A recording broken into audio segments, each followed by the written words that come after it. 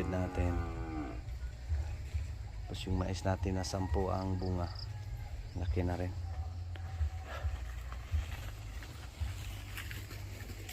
No, so yun lang guys, update first selection ng ating upo. Thank you Lord. So estimated ito 200 plus, maximum 300 kilos. No? Ito kasi mabigat yung upo. Himo gijok. Extend ta kay wala man si Magic Inting.